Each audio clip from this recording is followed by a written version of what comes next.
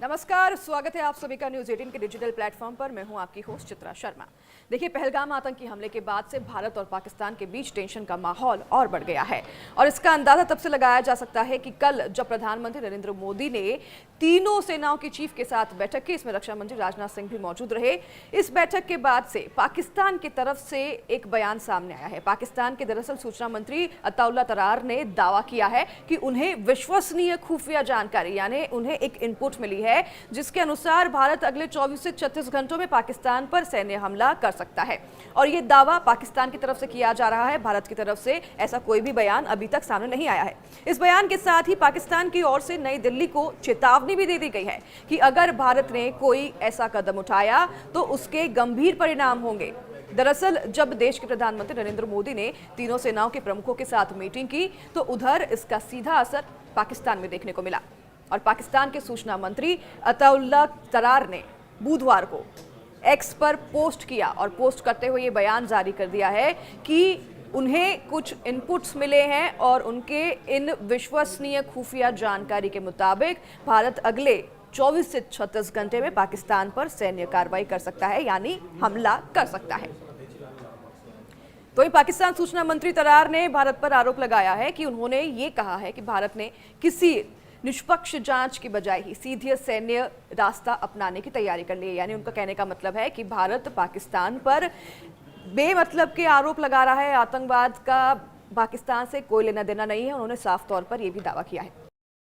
Pakistan has credible intelligence that India intends carrying out military action against Pakistan in the next 24 to 36 hours.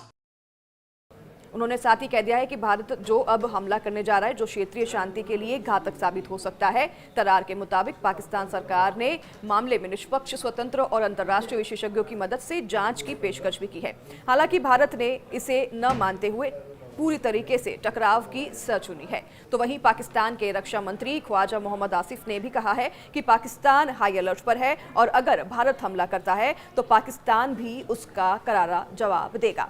उन्होंने साथ ही ये भी साफ तौर पर कह दिया है कि अगर पाकिस्तान के अस्तित्व पर किसी तरह का खतरा मंडराता है तो पाकिस्तान परमाणु हथियारों का इस्तेमाल कर सकता है।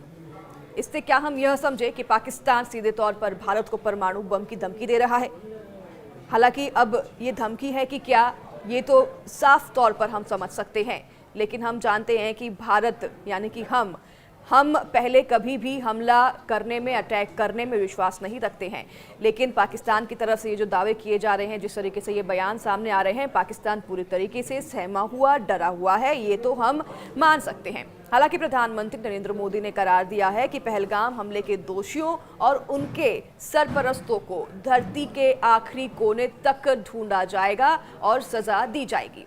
इतना ही नहीं, प्रधानमंत्री नरेंद्र मोदी ने सभी रक्षा अधिकारियों के साथ बैठक में साफ कहा है कि सेना को यह छूट दी गई है कि वह पहलगाम हमले का जवाब देने के लिए लक्ष्य, समय और तरीके का चुनाव स्वयं करे। यानी कि सेनाओं को पूरी तरह की छूट है। वह जिस तरह का कार्रवाई यहाँ पर करना चाहती है, सेना उस तरह की कार्रवाई कर सकती है। उन्हें पूरी आज़ादी, पूरी फ्रीडम प्रधानमंत्री के द्वारा, सरकार के द्वारा दे दी गई है। इसमें किसी भी तरीके का पॉलिटिकल विल नहीं होगा, क्योंकि अगर बात करें पिछले हमलों के बारे में, 26/11 की हमलों की अगर हम बात करें तो उस वक्त भी पॉलिटिकल विल मौजूद था, लेकिन अब पूरी तरीके से यहां पर सेनाओं को आज़ादी दे दी गई है कि वो किसी भी तरीके से कोई भी कदम उठा सकती है।